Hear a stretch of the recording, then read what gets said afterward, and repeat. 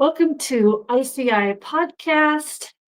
Today we are going to be going over the seventh seal, which starts off right out of the gate, and then also the first four trumpets. And this is what is covered in Revelation 8. And so let's just dive right in. If you are joining me here live today, feel free to put any comments in the comments section, and I'll do my best to answer them. So let's get started. Um, so again, Revelation 8, the seventh seal, and the first four trumpets. So the seven trumpets are in response to the question that was asked in Revelation 6, 9, and 10, which was by the martyrs who were underneath the altar, which was a symbolic um, place that they were. But they asked, how much longer before you judge those who live on the earth? And so the seven trumpets is all about that response. So in these seven trumpets, they're also a historical journey, just like the seven seals were in the seven churches. Whereas the seven seals signified the progress of preaching of the gospel on earth, and the consequences of those who claim to be God's people who were not actually, and rejecting his message. The seven trumpets are God's judgments on those who just straight out rejected God. And the trumpets are part of God's work in giving them a chance to come back to him. So in essence, they are warnings that time is running out for them. Also, to note, these seven judgments happen in thirds, signifying that they are not final judgments. So let's read about this first seal. So when the seventh seal is opened, there is silence in heaven for about a half an hour. Notice when the first seal is opened, it was announced. When the first seal is actually opened, it was announced with a loud noise of thunder.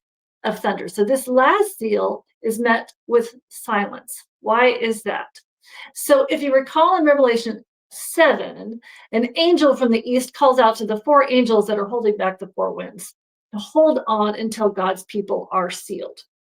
And then in Revelation 6, during the sixth seal, the sky is rolled back like a scroll, and the lost are crying out for the rocks to fall on them, and for the great day of his wrath.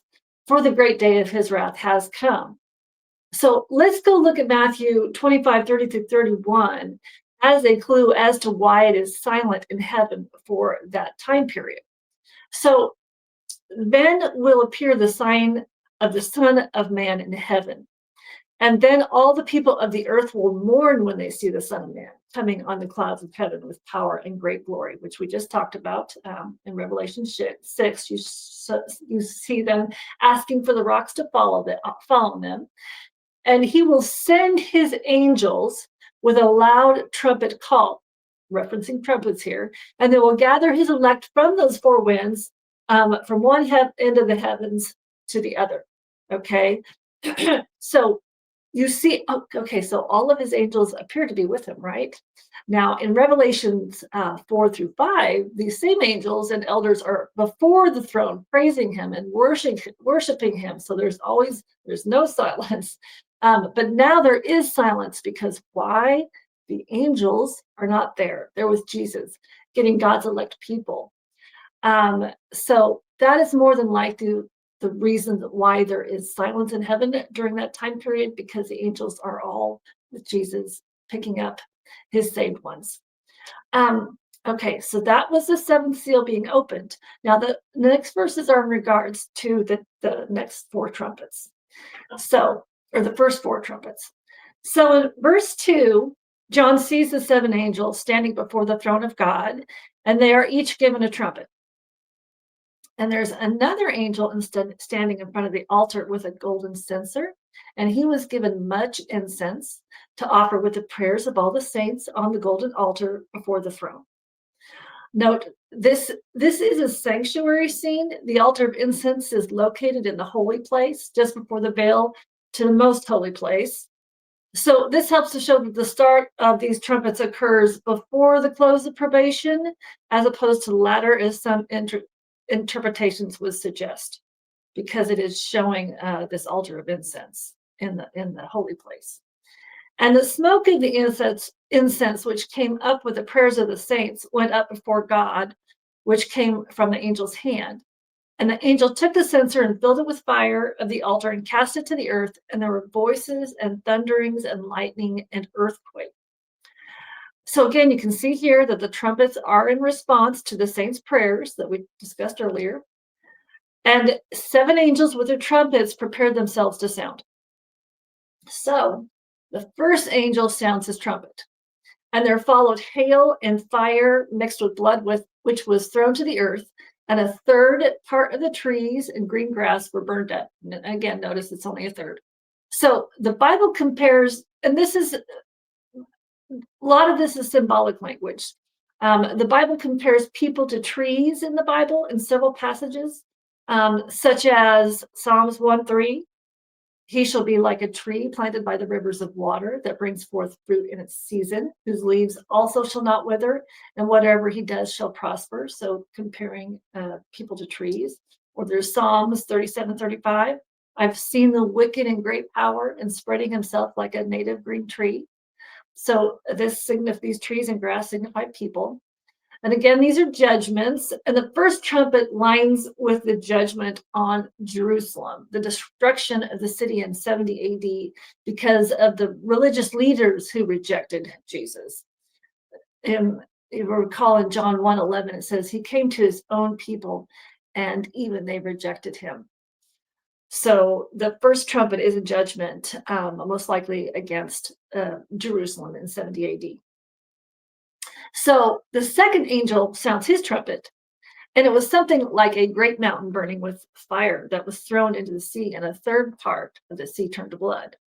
And a third part of the creatures that were in the sea and had life died, and a third part of the ships were destroyed. So in the Bible, mountains can symbolize nations, empires, powers, like you see there's a couple examples here, biblical examples. So Ezekiel 35:2-3 says, the word of the Lord came to me, son of man, set your face against Mount Seir, prophesy against it, and say, this is what the sovereign Lord says. I'm against you, Mount Seir, and I will stretch out my hand against you and make you a desolate waste. And Jeremiah 51:25 says, then the iron, the clay, the bronze, the silver, and the gold were all broken to pieces and became like chaff on a threshing floor in the summer.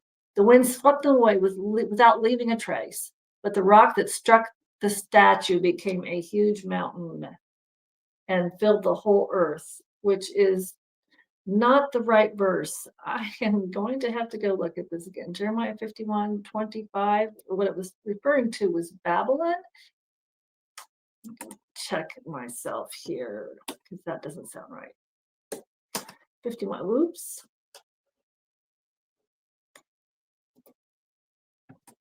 Jeremiah 51:25. And don't find it, I'll come back. Okay, here it is. Behold, I am against you. That was Daniel 2, actually, the one that I was reading you. But and that was also talking about a mountain. But behold, I'm against you, O destroying mountain, declares the Lord, which destroys the whole earth. I will stretch out my hand against you and roll you down from the crags and make you a burnt mountain. So this mountain here, this nation, this ruling power, it is regarding Babylon, is what he's talking about here. So you can see that that the mountains can symbolize, again, nations, powers, empires, and the sea, is a mass and a tumult of people. So in Isaiah 17:12, you see, woe to the multitude of many people who make a noise like the roar of the seas, and to the rushing of nations, that making a rushing like the rushing of mighty waters. So seas, waters, a mass of people. And ships represent pride and self sufficiency, commerce, taking out their self-sufficiency. So in this case, because of course they're not looking to God for their sufficiency. So in this case, it's referring to the judgment against Rome and the fall of Rome as a great power because of the persecutions against Christians. So here's the third trumpet now. A third angel sounded, and a great star fell from heaven, burning like a torch, and it fell into a third part of the rivers and on the fountains of waters. And the name of the star is wormwood. And a third part of the waters became wormwood. And many men died of the waters because they were poisonous. So again, if you want to look, you can always, to understand one part of the Bible, it always will reflect back to several other parts in the Bible to help you understand what it is you're reading. So Isaiah 14:12 says, "How you have fallen from heaven, O morning star." So it says the name of the star is wormwood. Satan was referred to a star as a star. It also talks about in Revelation 12 about how the dragon was cast from heaven with a third of his angels. Note that symbolic number, a third. So all of these trumpets, these first four trumpets, the destruction is a third. A third of the angels, the demons, were cast out of heaven. So it's an interesting corollary. Same trumpets, judgment by thirds, a third of the angels. And then Deuteronomy 29:17-18 says, "And you saw their abominations and the idols which were among them, wood and stone and silver and gold, so that they may not be among you man or woman or family or tribe whose heart turns away today from the Lord our God to go and serve the gods of these nations. And there may not be among you a root-bearing bitterness or wormwood." So this symbolized a completely corrupted Christianity, a spiritual death among men. They were poisoned by false doctrines, apostasy, idolatry, and a rejection of God's way. So this fourth angel, this final trumpet in Revelation 8, there's three more that we're going to talk about in Revelation 9 and 11.